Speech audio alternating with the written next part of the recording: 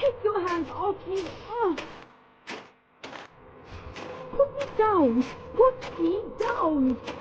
You will never get away with this!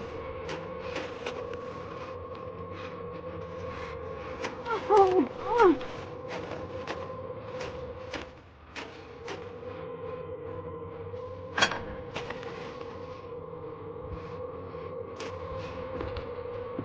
Ow!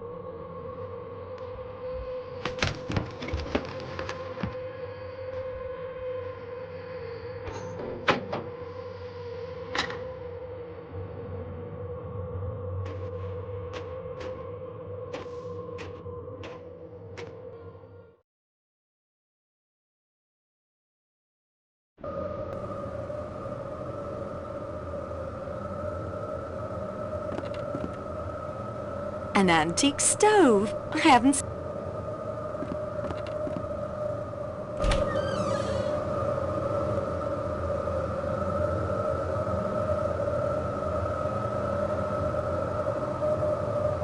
It is far out of your reach, mademoiselle.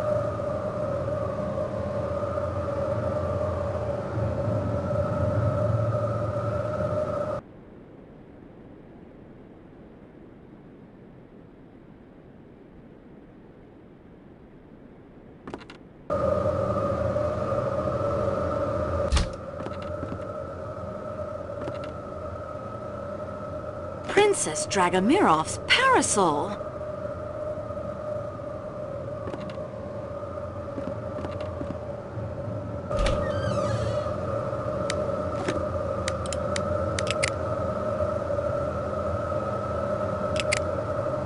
Does nothing strike you?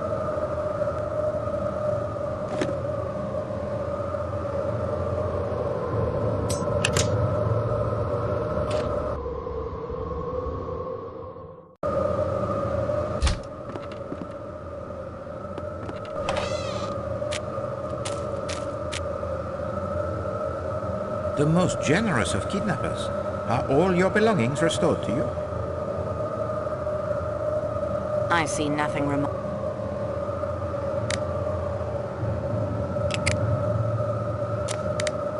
I confess that you...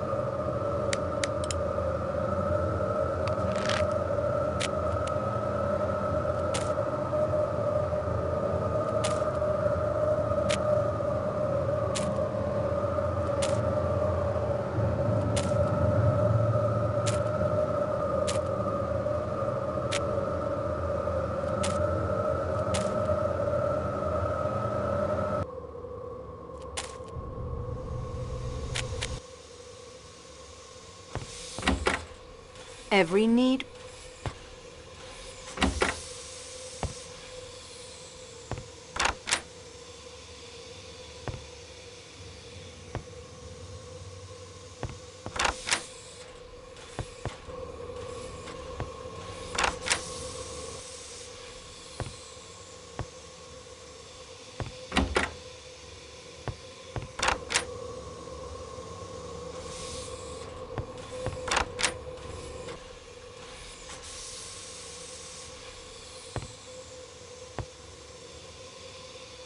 I won't find.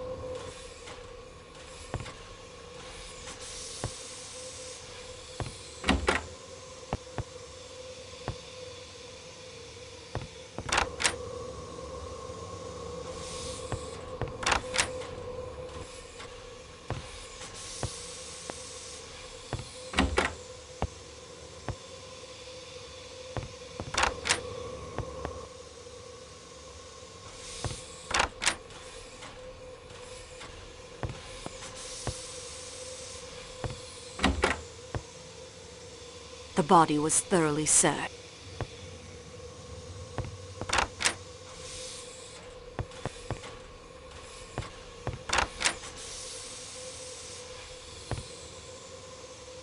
Nothing else.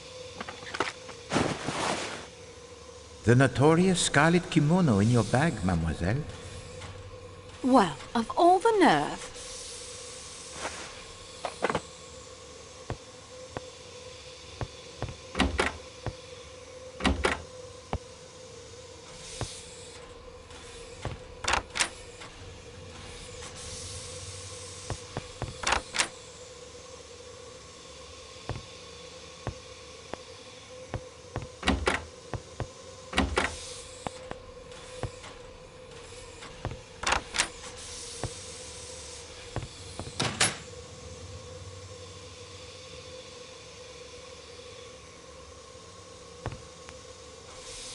Hello again.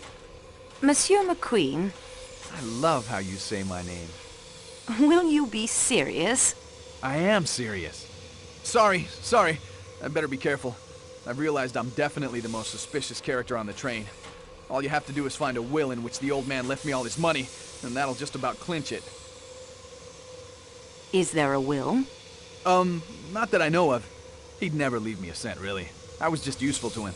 Languages and so on. I'm no linguist, but I can get by in German and Italian and French. You told me you knew Sonia Armstrong. Yes, I did. My dad was the district attorney on the case. So yes, well, I was just a kid, of course, a teenager. Schoolboy crush, I suppose, and all that. It occurs to me that in spite of everything, the murder may not have to do with the Armstrong case at all. Oh? I thought that must be pretty settled. We have much evidence pointing to the existence of an outsider aboard the train. One who disguises himself, uses a stiletto to kill, then vanishes into the snow. What do you think? It's certainly a possibility, but in that case, he'll be hard to catch now. He's had quite a head start. Or he could be out there frozen in a snowdrift or lying broken at the bottom of a rocky ravine. The body may never be found until the spring thaw. Well, that conjures up an unpleasantly graphic image. You seem to really enjoy this stuff. I enjoy the investigation, monsieur. I certainly do not enjoy the fact that a man has died. No, of course not. Say, I was just wondering. I mean, I have no plans to return to the States right away. I may find myself back in Istanbul. I was wondering if you might consider having dinner with me some night.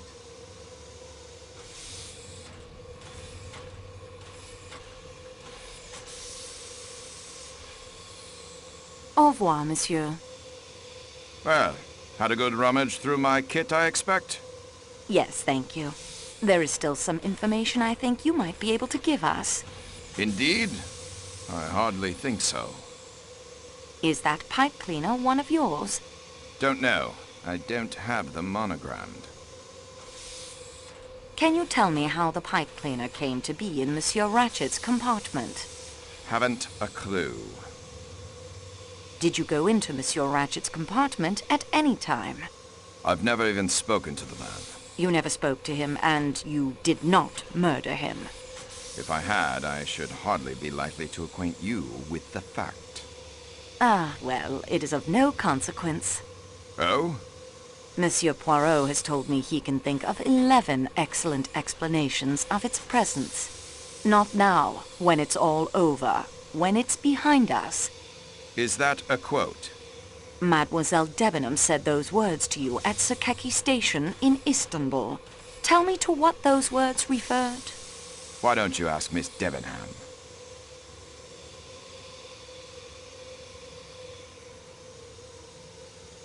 I will.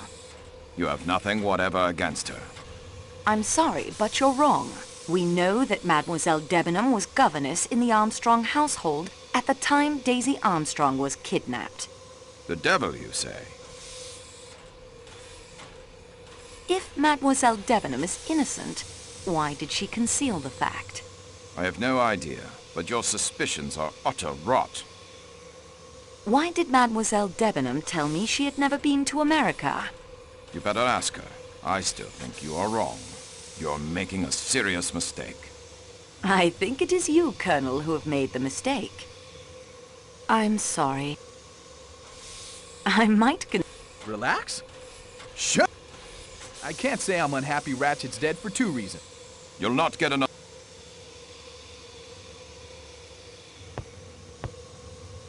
Signore Foscarelli, I'm here for the truth.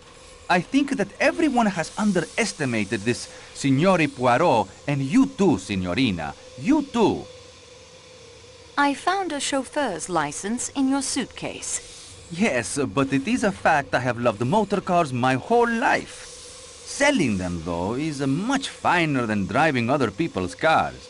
The license is issued by the state of New York. You said you lived in Chicago. Chicago is not in that state, is it? No. Chicago is in the state of Illinois. It will be a point in your favor if you tell me the truth. You talk like the American police. Come clean. That is what they say. Come clean. You were arrested by the American police. Was that in New York? Arrested? No, never. They could not prove anything against me. Don't you think you should come clean, monsieur? It is true. I have not been frank with you. The word frank, it is odd, no? It is a man's name, but I think it is correct here. I am not frank. Sometimes, you know, a motor car may not be perfect, but you must make a sale. So you are not frank.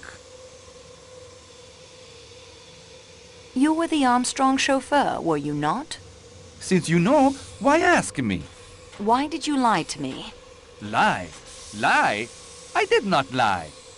I was not frank. Why? I do not trust the Yugoslavian police. They do not like Italians.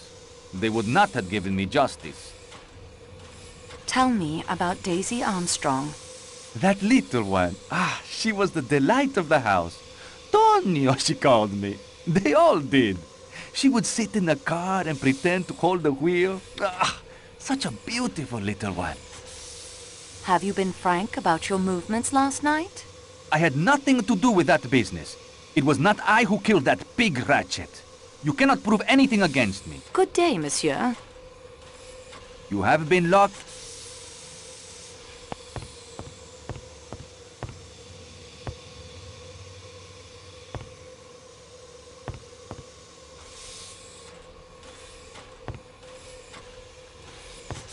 I understand we'll be underway soon. Yes, the snow is being cleared now. I'm sorry you'll miss your boat to America. Under the circumstances, I've decided to stop in Paris for a few days, play with my grandchildren, and recuperate from this trip. Have you thought of anything else that might be helpful to our investigation? Well, you certainly have everyone in an uproar. Maybe next time you'll be able to be more discreet. Oh, I forgot. You probably won't be doing any more investigating after this, will you? That's all. That wasn't helpful? I thought it was. Au revoir, madame. Later we can talk till the cows come home.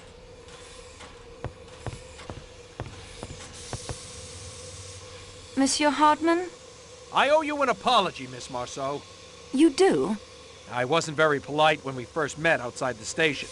And I came on kind of strong when you caught me going through Michelle's things. No excuse for it. Fact is, I've always liked French girls. And that's not a lie, just the way it is. That makes my behavior even worse somehow, I think. I'm sorry. Thank you, Monsieur Hardman. I accept your apology. Thanks. So exactly what's up on this train? Seems bughouse to me. To me, too, sometimes. Fire away if you want to grill me some more. Have you done any more investigating of your own? Nope, after you caught me, I figured it wasn't worth it. Snooping around might make me look guilty. I've been sitting tight. It seems obvious the murder is tied to the Armstrong kidnapping. How did you and Poirot get wise to that? That's what I'd like to know. We guessed. Okay, I'll pretend I believe that.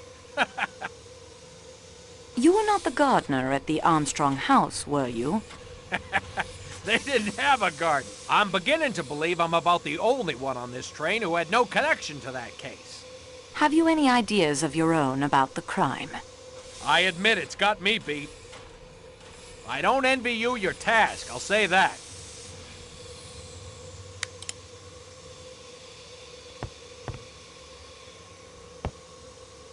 I don't think she's in the mood.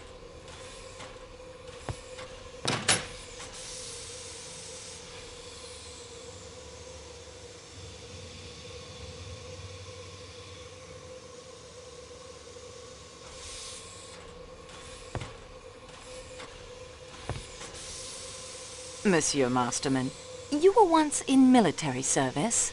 Yes, miss, but I can't think how you could know. Love's Captive by Mrs. Arabella Richardson. Ah, yes. One of the privileges a soldier retains after he's mustered out. Access to the Royal Military Library. It's quite well stocked. Not all strategy and tactics and memoirs, as you've discovered. What was your regiment? Miss Marceau, I'm going to tell you the truth. My service is, of course, a matter of record. I don't wish to hide it. I'm quite proud of it, as a matter of fact. But it's easily researched, and the connections will be found. Connections? I'm sure you must already suspect. Yes, I knew Colonel Armstrong. I was his Batman in the war, and afterwards his valet in New York. I'm afraid I concealed that fact when you questioned me earlier. It was very wrong of me, miss. I feel better now that I've made a clean breast of it. Would you like to change your story about last night? Why, no. It is as I told you. Do you have anything more to tell me of the Italian gentleman? No, miss, and I hope you're not suspecting Tonio in any way. Tonio wouldn't hurt a fly, and I can state positively that he never left our compartment all last night. Tonio may be a foreigner, miss, but he's a very gentle creature. Really, not like those nasty, murdering mafiosi one reads about. You seem to know Tonio better than you led me to believe. Well, yes, we work together. He hasn't told you yet. I thought he had. That's why I... Oh, dear. I think I have nothing more to say. Au revoir, monsieur. I've said all...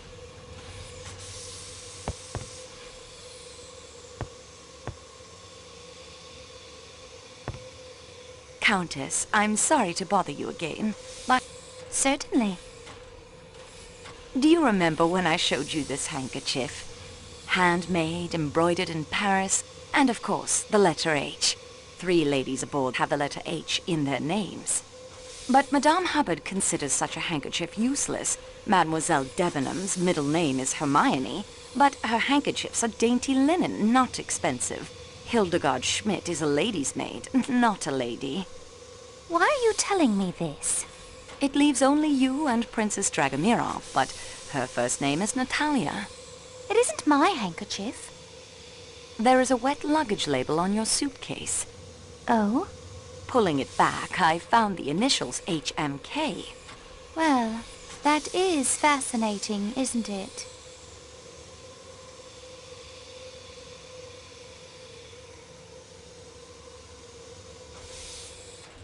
You told me you have never been to America. I've never been to America. When you say you've never been to America, you say it with an American accent. These questions are pointless. These are observations, Monsieur Lecomte, not questions. You take too much upon yourself, mademoiselle. You are not a detective. You are a clerk in a train office, and your employer will hear her a representative of this railway, treated a diplomat and his wife. Why was the grease spot added to your passport and the label to your case? My wife has told you the handkerchief is not hers. There are no H's in her name. Let that be an end to it. Why did you hide your true identity? Surely you can guess the reason. This man who called himself Ratchet murdered my baby niece, killed my sister, and broke my brother-in-law's heart. 3 of the people I loved best and who made up my home, my world. Of all the people on this train, I alone had the strongest motive for killing him. I give you my word of honor. Helena never left her compartment last night. Then the handkerchief is yours. No, it is not. I know I can't hope to make you believe me, but I assure you that is the truth. When we learned who the man was, and that the handkerchief had been found with the letter H near his body, I pointed out to Helena it would be better to remove any connection to her. A luggage label, a grease spot to cover the alteration. What could be simpler? I have read quite a bit about crime, Monsieur Leconte. I hope you will take it as a compliment if I say you have the makings of a very fine criminal. I think I will not take that as a compliment, no. Madame la Comtesse, the motive for the murder lies in the past, in the tragedy that broke up your home. Help me. Take me back into the past. Tell me about your sister's household. What can I tell you? They're all dead! All dead! All dead! Sonia! Robert! Darling, darling Daisy! That curly hair, impossible to comb, that sweet, sweet smile. Tell me about the nursery maid who committed suicide. Suzanne. If she was involved, I'm sure it was innocently. Chatting idly with someone, giving the times of Daisy's outings. What was Suzanne's nationality? She was French. What was Suzanne's last name? I was only a child myself at the time. All we called her was Suzanne. Was there a nurse? Yes, a trained hospital nurse. New Daughter was her name. Did you have a tutor or governess, perhaps? Yes, she was a dragon. English. Oh, rather Scots. A big red-haired woman. What was her name? Miss Freebody, if you can believe it. How old was she? She seemed frightfully old to me at the time. But I suppose she couldn't have been more than 40. I know you were only a child at the time, and that the passage of years changes a person, but have you seen anyone on this train who reminds you of any of those people? No, mademoiselle. As much as I might want to see that swine dead. Pardon me, Count. Then please. Did you notice the grease? See it just at the beginning of your wife's... These things happen. Have you remembered anything about last night that might help us? Nothing. Good day, Monsieur Leconte. I have nothing...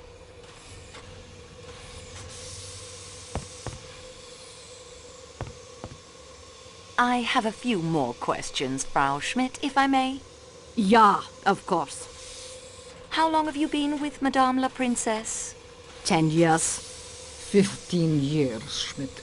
Yeah, that is right. 15, mademoiselle. I am sorry. This murder, this waiting, it distracts me. I understand you are an excellent cook. Yeah, indeed. All of my ladies have said so. Your Excellency. Calm yourself, Schmidt. You don't know what you are saying. That is true. I do not know what I am saying. That will do for now, Mademoiselle Schmidt. When will that plow free us? I have returned to you, Your Highness. I thought you might. I'm having some difficulty locating the owner of this handkerchief. I am sorry to hear that. If you had asked me, I could have told you it is mine. Yours? But, Your Highness, your first name is Natalia. I'm perfectly aware of my first name, mademoiselle. My handkerchiefs are always embroidered with Russian characters. In the Cyrillic alphabet, H is written as A. How did your handkerchief come to be lying by the murdered man's body? I have no idea. Your maid said she did not recognize this handkerchief. Schmidt believes in loyalty as I do. I believe in loyalty to one's friends and one's family and one's class. Thank you for your time, Princess. When you're in the...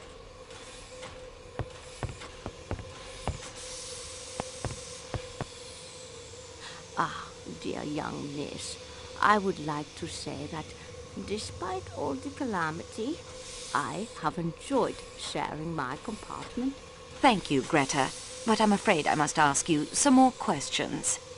Yeah, I am thinking you must. Our gracious Father, who art in heaven, guides your hand, I think. So, I am content. I found a postcard in your suitcase. My one keepsake from that time. It is a silly thing, but I hold it dear. Coney Island is in America. Yeah, of course. It is on the Long Island of New York, in the country of America. I lied to you when I said I had never been there.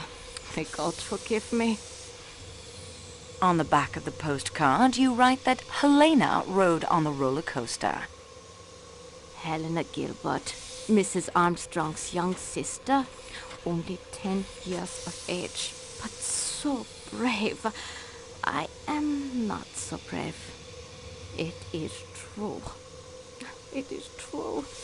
She was an angel, a sweet, trusting angel. She knew nothing but kindness and love. And she was took away by that wicked, wicked man. And her poor mother, and the other little one who never lived at all. I was to be that little child's nurse, too. I ought to have told you, but I was afraid. I did so rejoice that that evil man was dead, that he could not any more kill the little children. All the talk wears me out so. I must attend to my duty.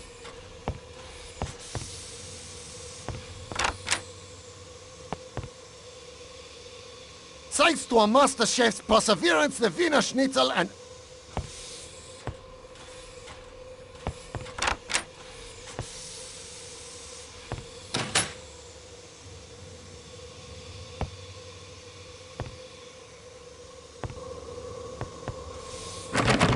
This seems to be a security door.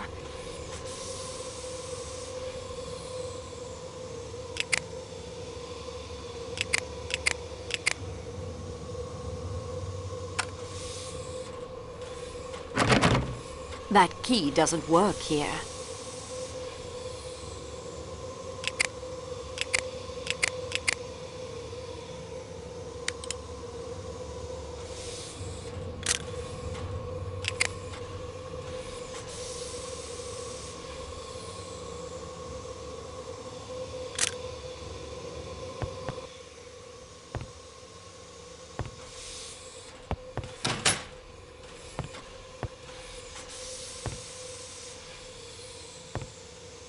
All the talk. When will that plow... Mademoiselle.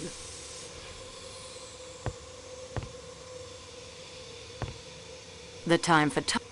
I know my... Really, miss?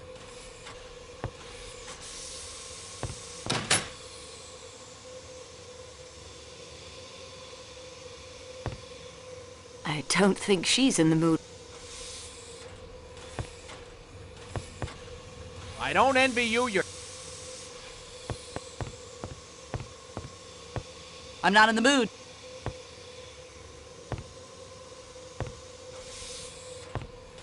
You have been lucky, Signor. This is all nonsense. You've got 10 times...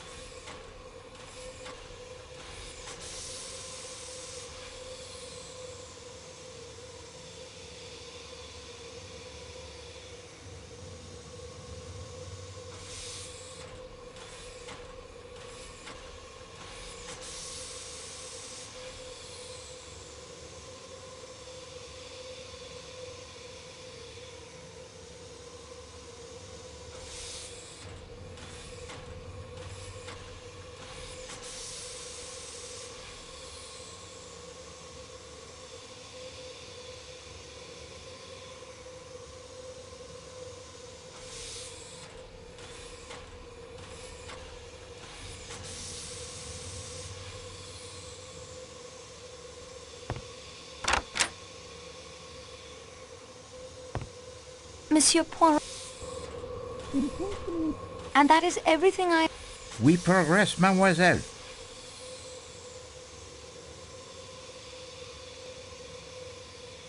This book of Masterman's reveals more than he knows.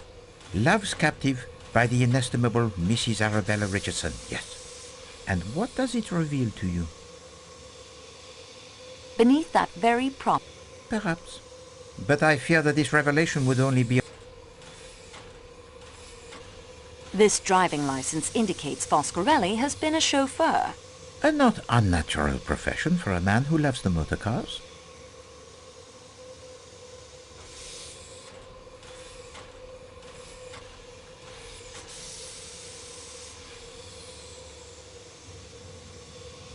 The postcard I found in Greta Olsen's suitcase tells a story.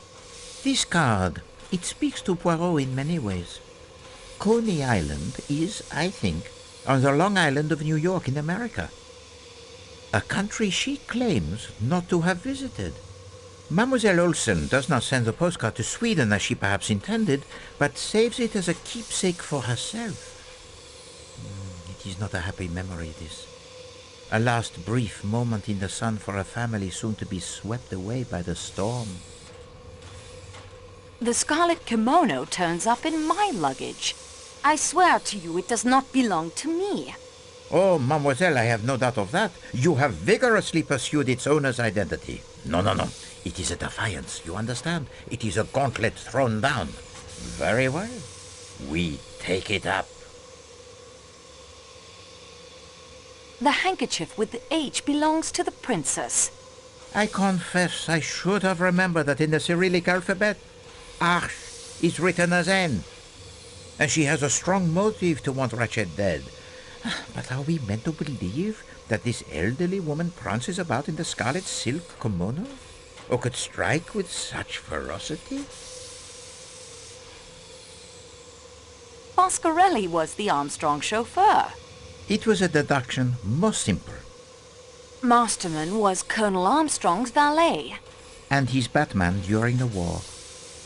Greta Olsen was Daisy Armstrong's nurse. This may explain the zeal with which she cares for her young charges at her mission, and why she never had any children of her own. Mary Debenham's handkerchief does not match the one found next door. No, despite the middle name of Hermione beginning with an H, I did not think that the expensive handkerchief would belong to her. No, the handkerchief of Mademoiselle Debenham is precisely the type one might expect to find in the luggage of a young Englishwoman of her class. The Armstrong nurse was named New Daughter. An odd name, that. What nationality do you think? Slavic or Scandinavian? Well, perhaps. I think that the Countess has the most fanciful mind and is quite adept at her word games. She is playing them now. Noi Daughter sounds, I think, only by coincidence, vaguely Scandinavian. Olsen is, of course, authentic Scandinavian. New Daughter. New Daughter. Olsen, old son. It is not yet fact, but it is worth pursuing. Helena Gilbert's governess was an old hag named Freebody. What an unfortunate name for an old hag is Freebody. It is more apt a name for the generation of flippers. Flappers. The fast young women were called flappers in America. Thank goodness skirts are finally lengthening again. As you say. I wonder if during your time at university in England you had occasion to patronize the clothing shops for the fashionable woman in London. No, Monsieur Poirot, not on a student's budget. There is such a shop near my own tailor called Debenham and Freebody, and the description the Countess gives to you is as far from the attractive young woman Mary Debenham as one could hope to get. The Countess recognized no one on the train.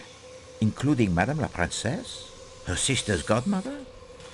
Monsieur McQueen she may also have seen, but he has grown much, of course, and the appearance changes.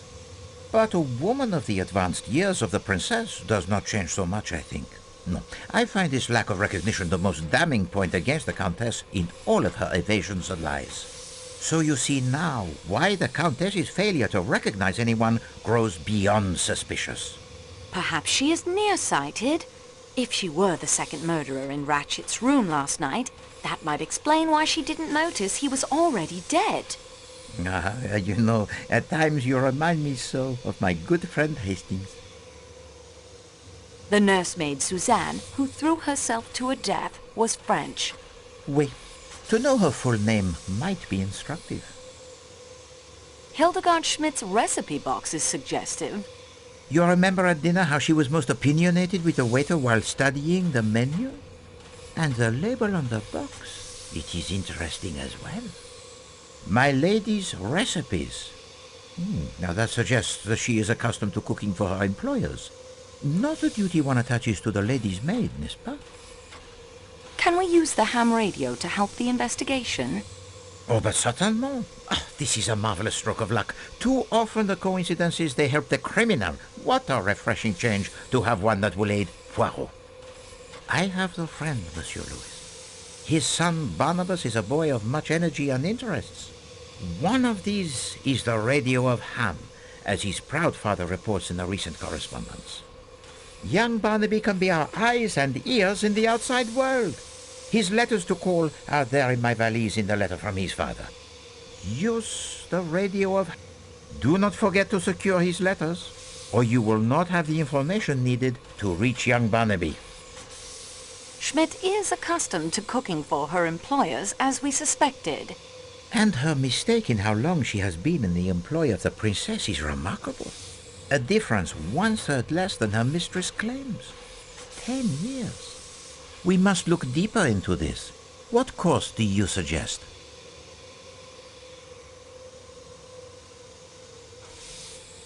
I will ask the Countess the name of the Armstrong cook. The Countess has lied to us most shamelessly already, I'm afraid, mademoiselle. No, I think young Barnaby could better serve us here. Merci, mademoiselle. Unfortunately, the report, it is not yet complete. We are now armed with much more additional knowledge than before. Continue the investigation, and do not be afraid to go over the ground you have already covered. The letter. Now I'd better put Monsieur Poirot's...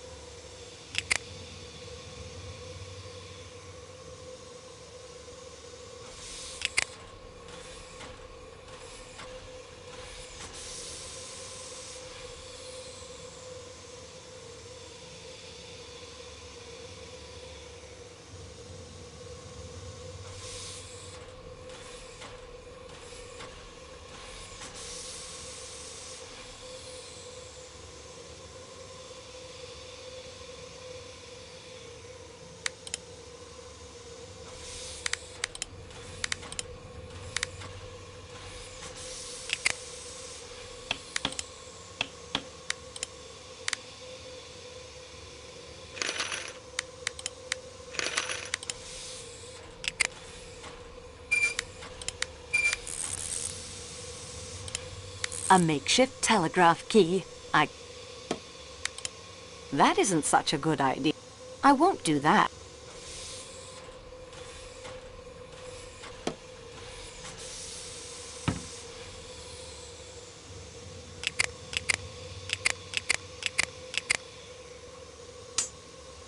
I suppose that will do as a telegraph key. There, the radio is ready to be used. That will save the cell from... There, the radio is ready to be used. Superb, mademoiselle. You do not need to learn the Morse code if you have the book as reference.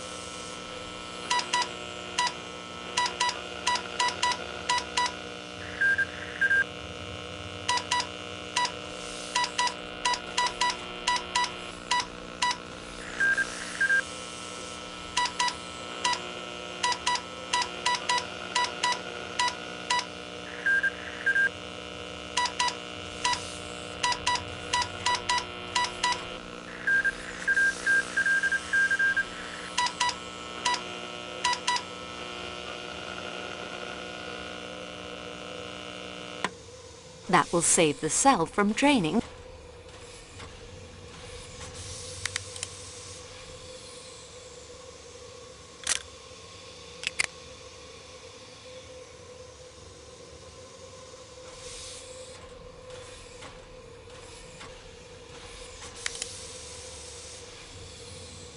There's no power. There, the radio's...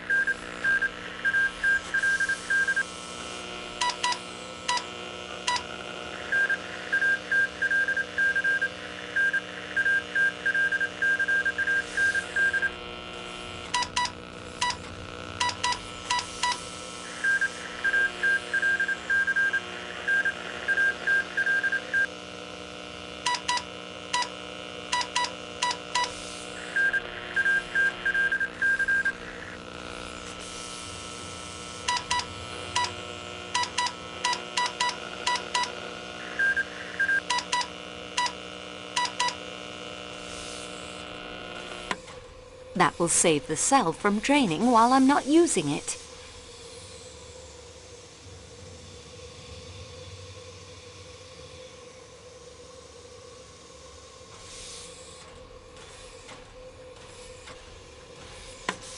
There, the radio is ready to be...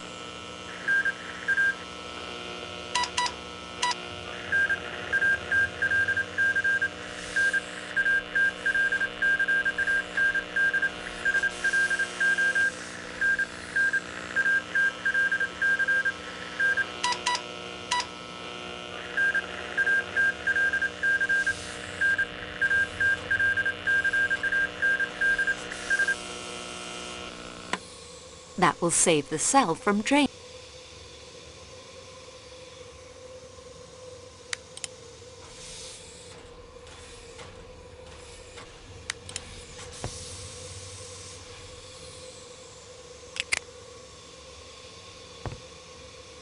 You're the one bright spot.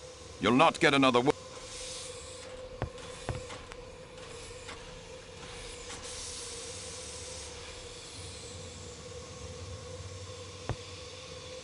I will not. You should take care.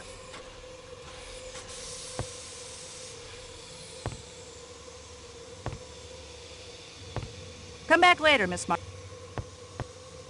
Whoever did it. Mademoiselle Debenham, I must ask you why you lied to me earlier. Lied to you? I don't know what you mean. You told me you had never been in America. What makes you think I have? Information received, as the English police say. You concealed the fact that you lived in the Armstrong household. And what, may I ask, was I supposed to have been doing there? You were governess to Helena Gilbert, Mrs. Armstrong's young sister, and you would have no doubt been governess to little Daisy when she was old enough. You appear to have found me out. And the reason for these evasions? I have my living to get. You must know how hard it is for a girl to get and keep decent employment. I had been detained and questioned in connection with a murder case. Do you think that any nice, ordinary, middle-class Englishwoman would want to engage a girl with those references as governess to her daughters? Even if no blame attached to you, there would be the publicity. Yes, we have it hard enough getting on, don't we? Without all of that additional baggage. I understand very well. I thought you would know what it is like.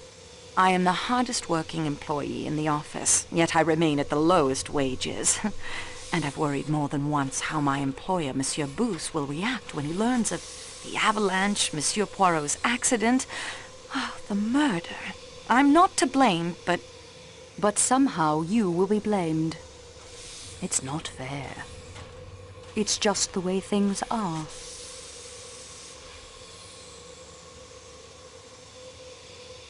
Not now, when it's all over, when it's behind us. Antoinette, those words refer to a private matter of my own. I can't tell you.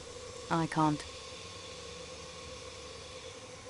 You could have helped the investigation. How? Is it possible, Mademoiselle Debenham? Call me Mary, please. Mary, is it possible you did not recognize Countess Andrenyi? Recognize her? From the society pages, you mean? She is Helena Gilbert, the young sister whom you taught in New York. Helena. It is true she reminded me of someone. It puzzled me. But she looks so different now. So elegant. How could I connect her with a little American schoolgirl? I admit I looked more closely at her clothes than her face, and I had my own preoccupations. Thank you, Mademoiselle Debenham.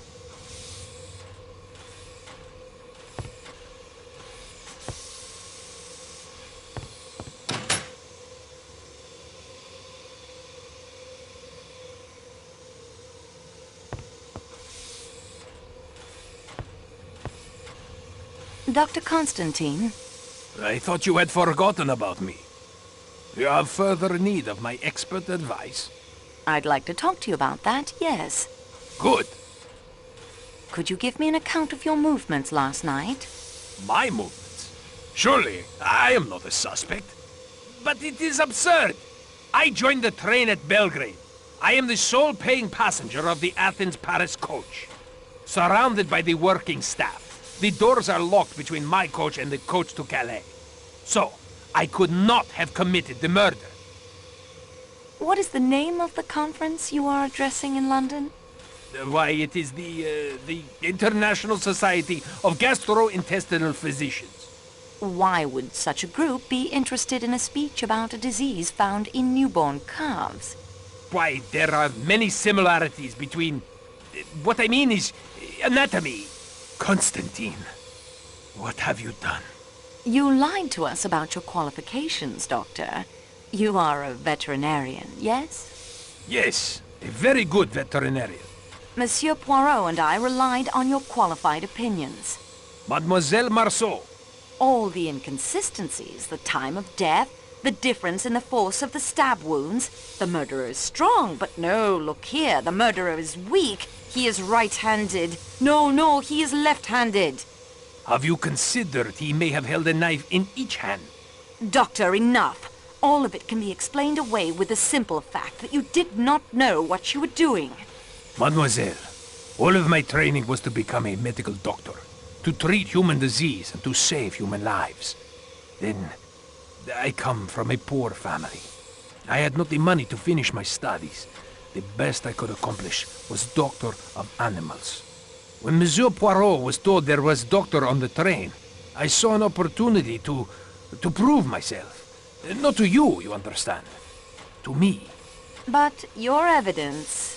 I swear to you, every observation I made, every conclusion I reached will be verified by any doctor who examines the body.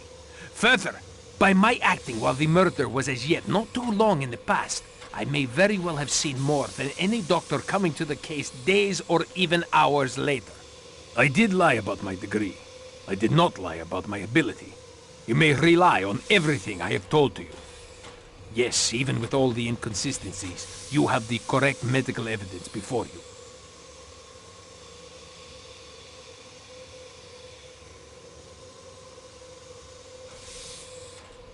My speech may actually...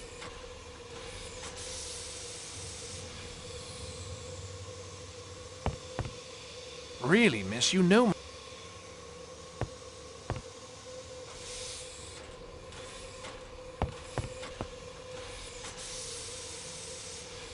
I'm sorry, Your name is Helena, isn't it? Not Elena. You are Helena Maria Gilbert, are you not? Sonia Armstrong's sister, Linda Arden's daughter? I demand, mademoiselle, to know what right you... No, Rudolph. It is useless to deny what Mademoiselle Marceau says. It is quite true, mademoiselle. I am Helena Gilbert, the youngest sister of Sonia Armstrong. That will do for now, Count Andrigny. The time for talk. Now that you know...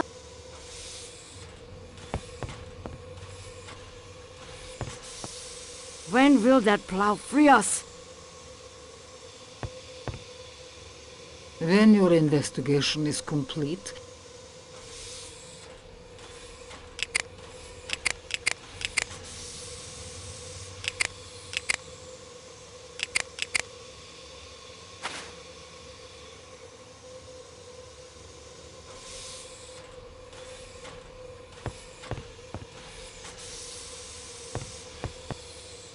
all the talk... Excuse me, please, madam.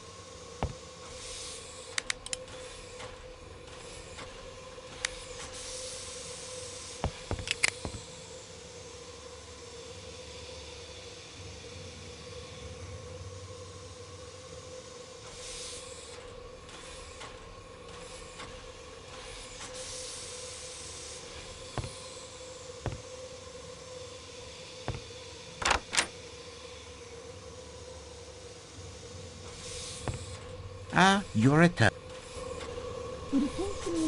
And that is everything I have discovered. We progress. Countess Adreny's maiden name is Gilbert. Not a very Hungarian name, that. Her accent is more American than Hungarian. Countess Andreny is Helena Gilbert, Sonia Armstrong's sister. Ah, oui. It is easy to see why her devoted husband would try to hide that fact. Her account of the Armstrong household is of the greatest interest. Please to go over the points of her testimony that struck you. Dr. Constantine is a veterinarian. The only man on the train who answers the description of Ratchet's unknown enemy, and that is his only secret? Bah! The nursemaid's full name was Suzanne Ferrier. French. Yet no apparent connection to any of the others involved in that case. Ah, well. Not every clue will lead somewhere. Cyrus Hardman has worked for McNeil's for almost 15 years. I wonder. Barnaby confirms Colonel Arbuthnot served with Colonel Armstrong. Oui, the Royal Northumberland Fusiliers, a regiment most distinguished. Barnaby has discovered that the last name of the Armstrong cook was Schmidt. All of her ladies have said that she was a wonderful cook. Pierre Michel has no family. Never married, parents dead, his sister, her husband, and a niece dead in the car crash. Oh, this is enough to explain the sadness that haunts him, and yet he carries the happy family photograph with him, a wife and a child. The father of Linda Arden's children was named Gilbert. No marriage, just children. The smart set is often not so smart, I think. I have all the pieces. All that remains is for me to assemble them properly. Très bien, mademoiselle. You have done well. Mademoiselle Marceau, you will recall my observation to you of the many classes and nationalities one meets when traveling? Yes, of course. Try to imagine whether such an assembly would ever likely to be collected under any other conditions. In America? Oui, the great melting pan of America. Melting pot. This is the answer I made to myself as well. Only in America you might find a household composed of such varied nationalities. And what do we discover here? Such a household has recreated itself aboard this train. A household damaged almost beyond recovery 10 years ago by the man Ratchet. And so we near the end of at least one journey. Please to assemble our fellow passengers in the salon car. Oh, and please also to send for Michel and Dr. Constantine. I will need their assistance to convey me to the salon car. You will present your solution? I will offer 3 solutions. You, mademoiselle, will decide which of them will best serve justice. Eh bien, messieurs, we have before us a most delicate operation. Transferring the person of Poirot to the salon car, where the suspects, they are all assembled. Poirot is ready for the ordeal.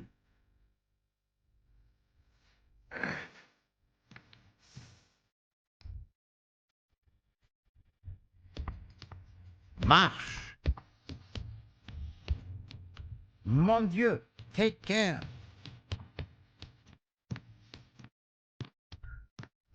Beware of Greeks bearing gifts.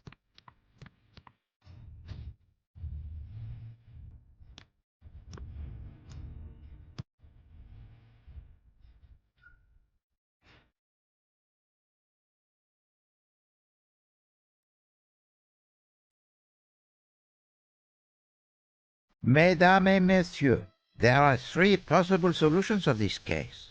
There is the solution concocted for the benefit of the Yugoslavian police, who were expected to take up the investigation. A little play that was then embellished with several improvisations. When I, Hercule Poirot, unexpectedly appeared on the stage.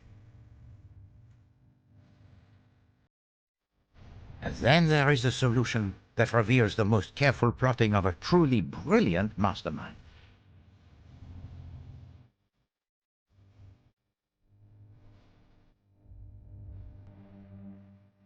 And yet there is also a third, one of which I think even now that mastermind, in this carriage with us as I speak, has no knowledge. With the help of Mademoiselle Marceau, my able assistant, you see Poirot, he is also able to improvise, huh? I shall put all 3 solutions before you, and I shall ask Mademoiselle Marceau and the eminent Dr. Constantine here to judge which solution is the right one. Mademoiselle, are you ready to proceed? Oui, monsieur. Eh bien, we commence. Monsieur Ratchet had received the threats from an unknown enemy. Mademoiselle Marceau?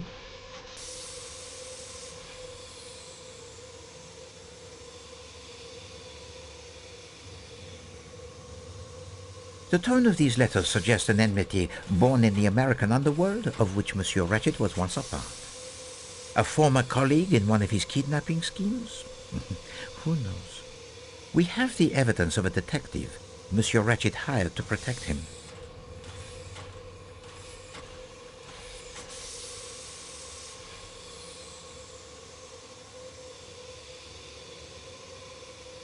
The detective is Cyrus Hardman, posing as a salesman of typewriter ribbons. The evidence of Monsieur Hardman, who is indeed a detective hired to protect Monsieur Ratchet, gives to us a description of a small, dark man with a womanish voice. Except for the voice, this description would only fit 2 men on this train.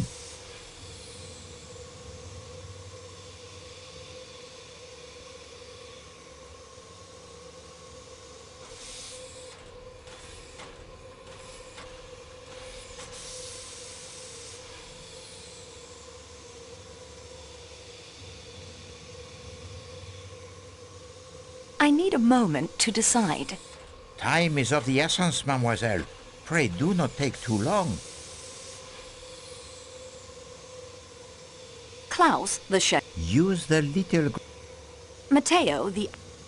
Yet Monsieur Hardman's vigilance during the night shows that no one could have passed from the Athens-Paris coach to the Calais coach without his seeing them. So anyone in that coach must be exonerated.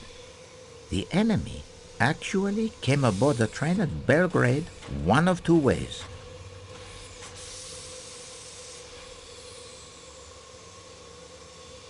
Helped aboard through the restaurant car door by Pierre Michel. This enemy was disguised, leaving behind a button in Madame Hubbard's room when he used her connecting door.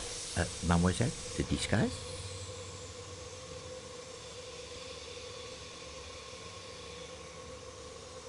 A passkey was found in the pocket of this uniform, giving the murderer access to Ratchet's room. Ratchet was under the influence of a dose of his sleeping draught, light enough to wake him, but strong enough to prevent him from struggling as the killer left through the connecting door.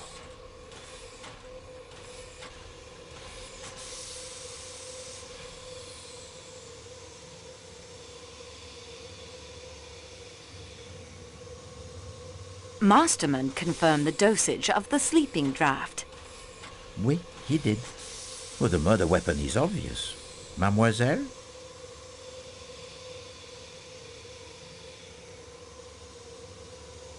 It is a stiletto, the type of knife carried by the criminal type in America called the mafiosi.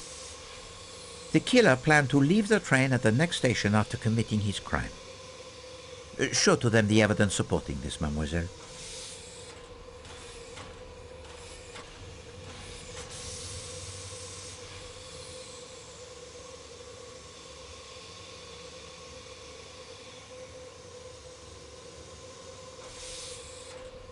Exact.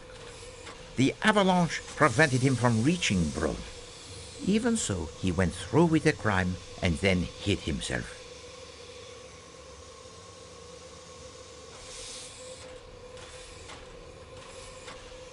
The killer hid in the baggage car inside Ratchet's crate. Please do not embarrass us both. Choose another. The killer hid in an empty... At first, in the Athens-Paris coach. Then later, it is in the hut. Mademoiselle found the uniform and the stiletto. But the killer had fled. He may have escaped down the mountain, or he may have come to his just reward somewhere out there in the snow. I think you will agree that we had followed the trail as easily as if we were tracking the footprints in the snow. Well, it is plausible. It certainly fits the most obvious set of facts. I applaud the mastermind who hides behind such an innocent face. The second solution asked more of the little Gressels, not only of Poirot, but those of Mademoiselle Marceau and Dr. Constantine as well. It was hidden most carefully. The unlikely accident of a means of communicating with the outside world, a part filled most ably by my dear friend Barnaby, made the truth, or at least part of it, easier to uncover. But I flatter myself that enough clues were found right here on this train that such communications were almost always but collaborations of conclusions that I had already reached. So, mademoiselle, we will begin again. First, I will speak to you of time. When did Monsieur Ratchet meet his end? I suspect Mademoiselle Marceau has the theory.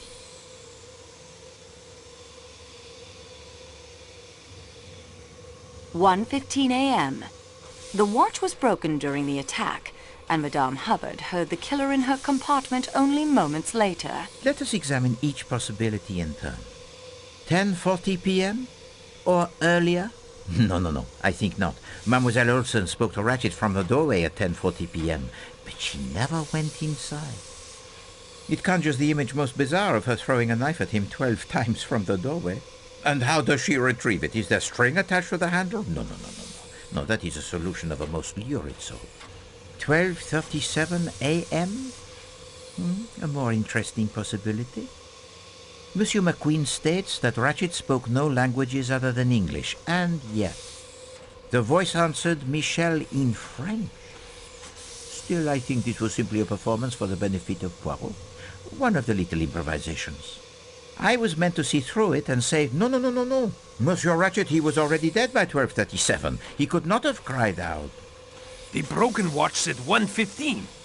Oui, it did. And it fits with the time of Madame Hubbard's visitor. Now I digress for the reminiscence. I observed to Mademoiselle Marceau that one meets many classes and nationalities when traveling aboard the Express. I asked her to imagine whether such an assembly would ever likely to be collected under any other conditions. And Mademoiselle, what was your reply? In America. C'est ça. Only in America will you find a household composed of so many nationalities. Look about you. As our investigation progressed, it became clear that 9 passengers on this train are connected in some way to the Armstrong kidnapping. Who have we connected to that case, mademoiselle? Count Andrenyi. Mademoiselle, I realize you have many clues to recall, but this one should be obvious. Countess Andrenyi. Colonel Arbuthnot. Mary Debenham. Princess Dragomirov. Antonio Foscarelli. Caroline Hubbard. Please do not embarrass us both. Choose another. Hector McQueen. Edward Masterman. Greta Olson. Pierre Michel. Can you really think? Hildegard Schmidt. None of the above. Précisément. These 4 alone, amongst the occupants of the Calais coach, would appear to have no direct connection with the Armstrong case. Yet I was struck by the curious coincidence that everyone in the Calais coach had an alibi. And these alibis are sometimes corroborated even by those not connected to the Armstrong affair. One of you stated to Mademoiselle Marceau that while Monsieur Ratchet got what he deserved, you would have preferred to see him properly hanged. The trial by jury is a sound system. Who said that, mademoiselle?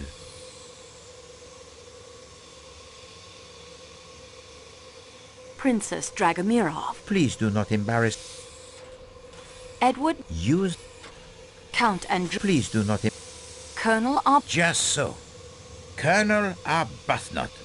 Now that struck a chord with Poirot. I sat back and thought, a jury is composed of 12 people. There are 12 passengers in the Calais coach, discounting myself and Mademoiselle Marceau. Ratchet, he was stabbed 12 times. And the reason the Calais coach was filled in the middle of the winter was explained. All, I repeat, all of the passengers were in on it. They had to be. No alibi could be left to the whim of a stranger. Did this solution explain everything? Let us see. What were the clues that pointed to the first solution, mademoiselle? The uniform with a button missing. Use the little grecelles, mademoiselle Marceau. Cyrus. Please do not...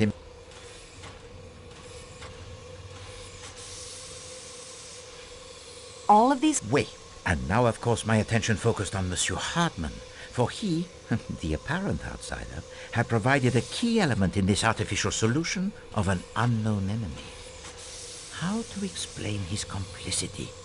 And then I remembered that Mademoiselle Marceau had told to me 2 suggestive moments during 2 different interviews with Monsieur Hartmann.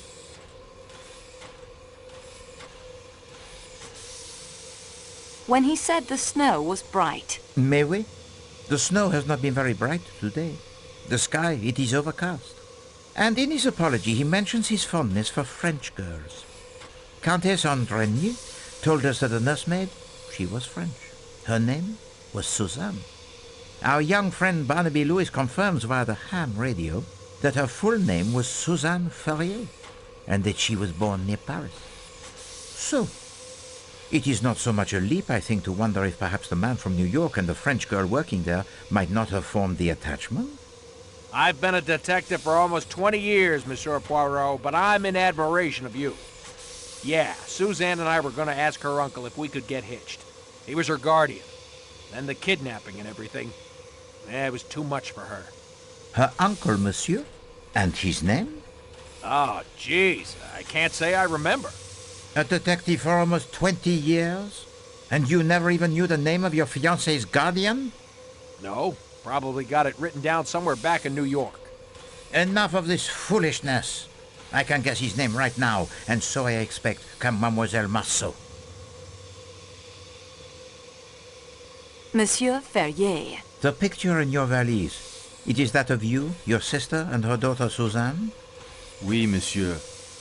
After my sister and her husband died in a car crash, I raised Suzanne as my own child. And so, that leaves only one. Me? If the attendant is one of your killers, Mr. Poirot, that makes you 12. You don't need me. No, madame. I have come to the odd conclusion that the person who has taken no part in the crime is the one who would be considered most likely to do so. I refer to Countess Andrenier. Her husband swore on his honor she did not leave her room last night. A count from a noble family? A rising young star in the Hungarian diplomatic service? Such a man does not swear upon his honor lightly. No, it is much more probable that he tells the truth. And it is the devoted husband who, so to speak, takes his wife's place. So you see, madame, we are back to 11 without you. Well, I never. Wait until my daughter hears about this. Why not tell her now? She is sitting there right beside you, Madame Arden. You are the instigator, or the director, I should say, of this entire performance. You, who Mademoiselle Debenham so rightly called the strongest character among us. And there you have it. Does this second solution explain everything?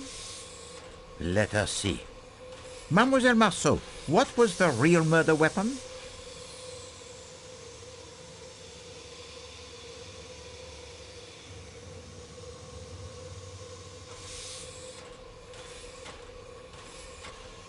That isn't what Monsieur Poirot is looking for. But of course. A drama planned this carefully does not include the blood-stained stiletto with the fingerprints of some unknown. No, that is merely a prop. As were the 2 threatening letters. The burned note, of course, was a real threat. The conspirators most assuredly did not want this murder tied to the Armstrong kidnapping, and the true weapon, with no incriminating mark upon it, might never have been found if it had been thrown inches further. Bloody steak knives aren't balanced properly for throwing. My hat's off to you, though, Miss Marceau. When I saw where it landed, I wasn't about to crawl out there and end up at the bottom of that ravine. Took some nerve doing what you did, and there's no denying it. Hear, hear. So, the improbable differences in the stab wounds is now explained. 2 so-called clues were dropped in the dead man's compartment. Mademoiselle?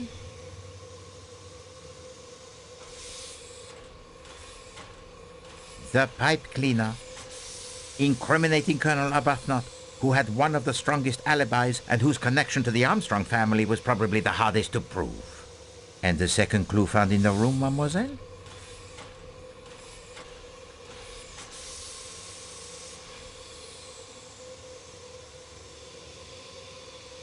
The handkerchief, incriminating Princess Dragomirov, who by virtue of her frail physique and the alibi given by her maid and Michel was practically in an unassailable position. Then there was the clue found at the shepherd's hut with the incriminating fingerprints. Do you have it, mademoiselle?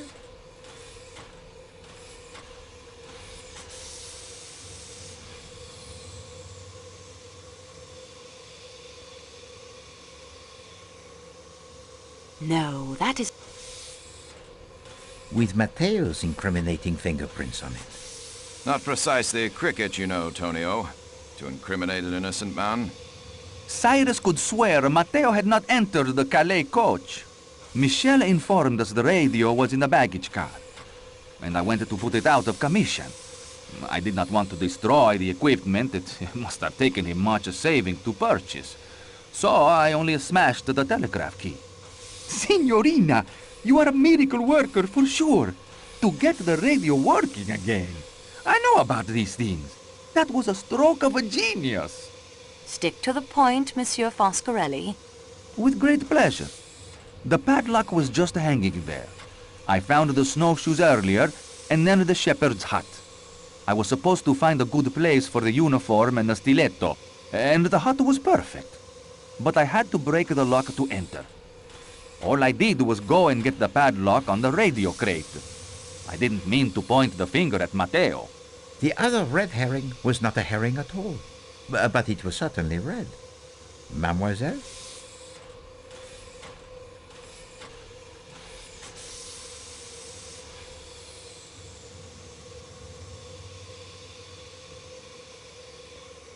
And then to put it in my valise was not a nice trick. The kimono is mine, monsieur. And mademoiselle, I had no intention of trying to incriminate you. I had to put it someplace, and I thought it would be amusing if you found it there. Ah oui, you enjoy your little games, Countess. Mademoiselle Freebody indeed. Well, Madame Arden? I always fancied myself in comedy parts. Bravo, Mr. Poirot. Well done. Applause from an actress of your stature is praise indeed, madame. We were all at the house, a house filled with almost unendurable pain and sadness. The Perkinson brothers were dead, but Cassetti had got clean away. We decided then and there that the sentence of death that Cassetti had escaped would be carried out. Little did we know how many years would pass, how many false leads Mr. Hardman would track down before Cassetti would be found. Whatever country my work took me to, no matter how tough the case, I always saved plenty of time to try and pick up the trail. But he kept on the move. Brazil, Mexico, most of Europe. Ratchet was only the last of a string of aliases. Then Mr. Michel wrote to me. It was he who, quite by accident, had recognized Cassetti traveling aboard the Istanbul to Calais train. When we learned the man, now calling himself Ratchet, frequently traveled to the Middle East aboard the train, we knew we could have some control of the scene of our planned execution. It took months, but in time Ratchet hired both Hector and Masterman. One of us would have been enough. Two were better. Hector handled all of Ratchet's travel arrangements. With Michel's help, passage was booked on the same train he would be using to return from his latest excursion to the Orient. The rest you seem to know. Oui, madame. Indeed, the rest Poirot knows. But I don't understand. You've uncovered everything. We know we did it. How can there be another solution? Simplicity itself. There is among you one who is not who he pretends to be.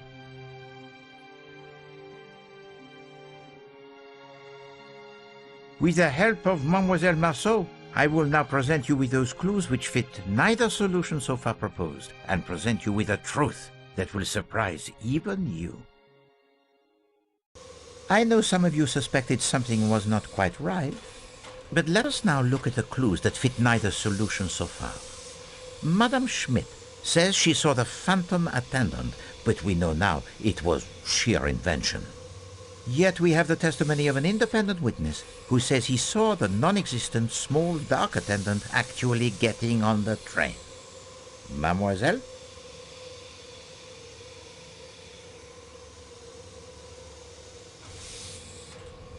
The engineer. Oui, the engineer while the train was in the Belgrade station. And then there is the crate of Monsieur Ratchet and its unknown occupant. What clues associate themselves with that crate, mademoiselle?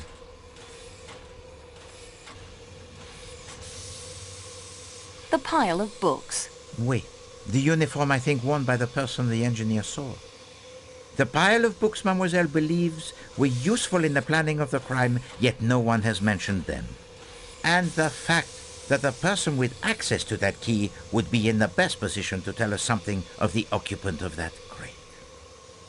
And lastly, there is the little matter of the kidnapping of Mademoiselle Marceau.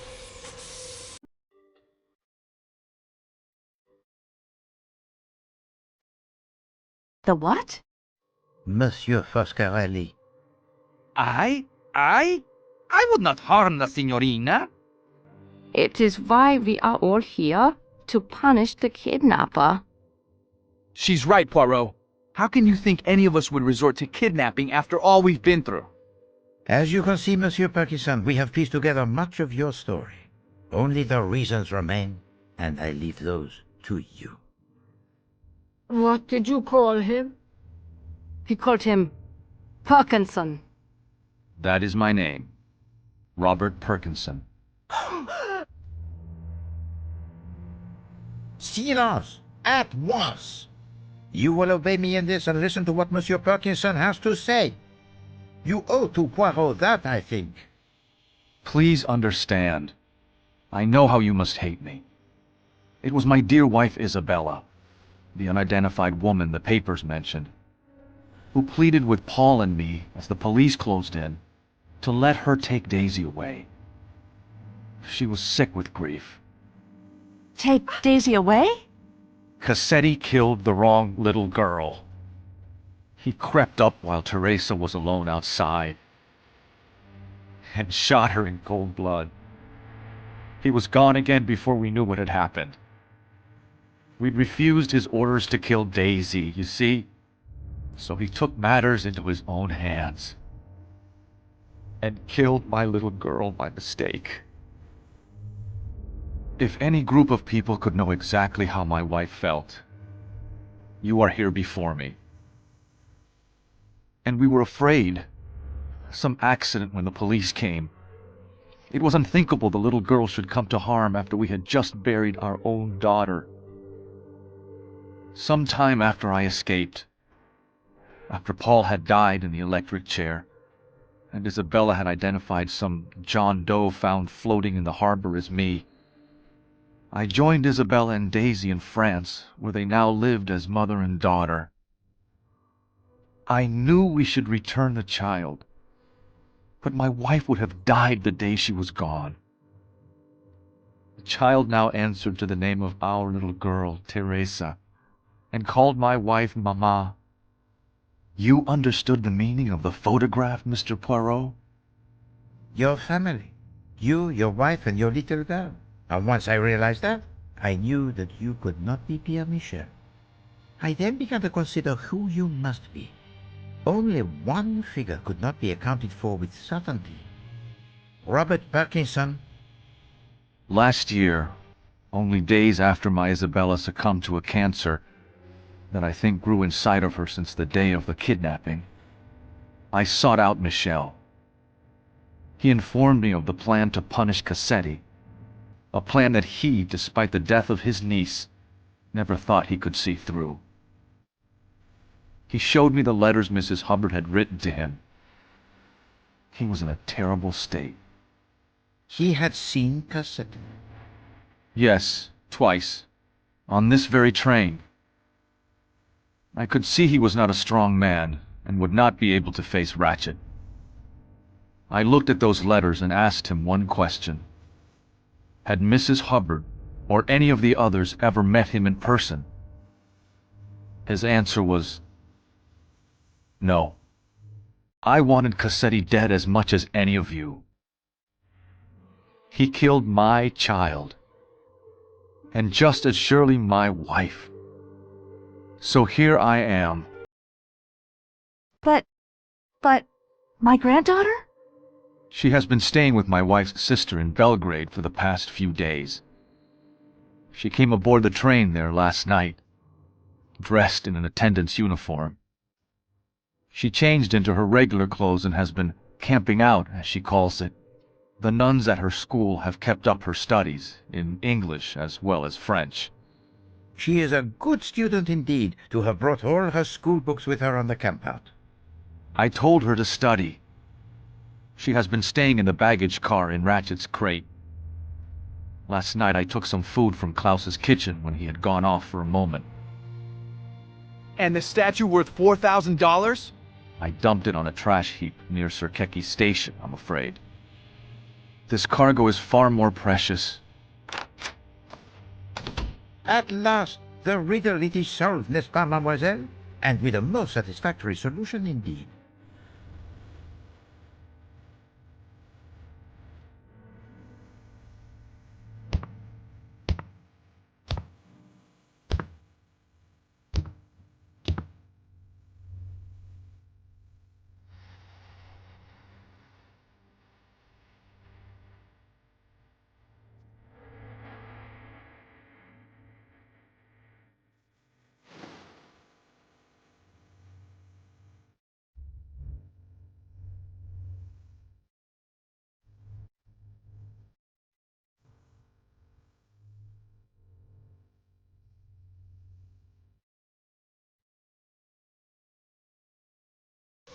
Mademoiselle Marceau, while they enjoy this brief moment before you render your final decision, let us, you and I, see whether you are up to the challenge that Poirot presented to you when our investigation began. Let us check the progress report you have been keeping in your scrapbook. Mademoiselle Marceau, Poirot, he is impressed.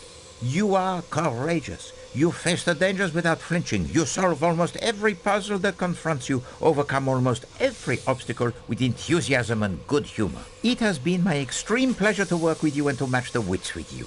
I am sure that with the knowledge you now have of my methods, you could do even better, should you ever find yourself faced with another mystery to solve.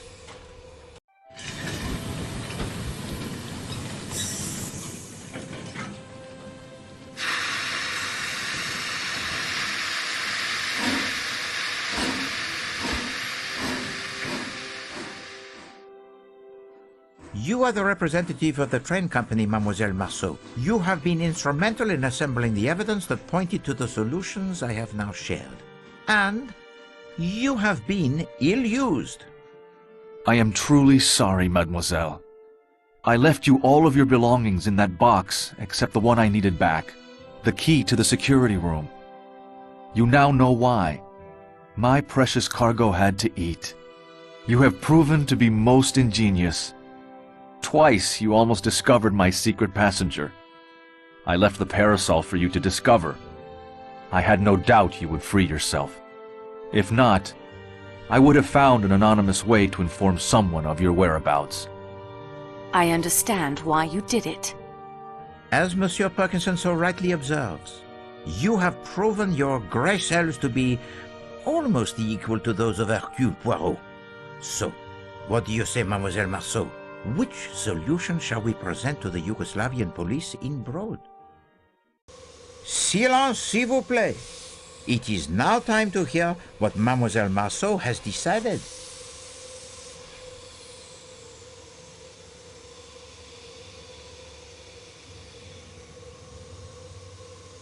Here are my thoughts on the first solution. It is not the truth, but fits the facts, at least one set of facts, and it will be the simplest by far to explain. My opinion of the second solution is this. It is at least most of the truth, as much as 12 people in this car knew. They are self-confessed murderers, and yet, no, that word is wrong. Justice was done here. Of a kind, perhaps not the justice I would have preferred. In that, I agree with Colonel Arbuthnot, but still, can there be anyone, knowing Ratchet and knowing these people as well as I now do after only a few hours, who can't see the rightness of their cause? These are my feelings about the third solution. It is the whole truth. More heartache than even these 12 people knew. And it must stop somewhere, mustn't it? There are lives to build and rebuild here. I think of Greta's words on her postcard, and of the family that had one last day in the sun at Coney Island before the storm engulfed them. I think they all, including Monsieur Parkinson, deserve a chance in the sun again. Therefore, it is my belief, Monsieur Poirot, the first theory you put forward was the correct one. An unknown enemy of Monsieur Ratchet, whom the murdered man feared, sneaked aboard the train disguised as an attendant and is responsible for the murder. Unfortunately, he is still at large, or lies frozen in a snowbank somewhere awaiting the spring thaw. I suggest that is the solution we offer to the Yugoslavian police when we arrive in Broad. Dr. Constantine? Even if I did not owe you and Mademoiselle Marceau so much, I have learned to leave such matters to those best qualified to decide. I, of course, accept Mademoiselle Marceau's decision. Why, exactly? Yeah, that's my view. What did I tell you? Yes, thank you. Monsieur Poirot, your ankle. It feels much better. And Poirot? He has been cooped up in his room far too long. He has the need of some fresh air.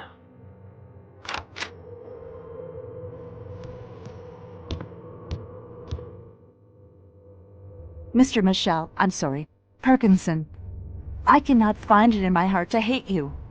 All I find there is forgiveness and thankfulness for giving us back something we thought we'd lost forever. In fact, it seems you are now one of the family. Thank you. Daisy, child, my dear, I am your grandmother.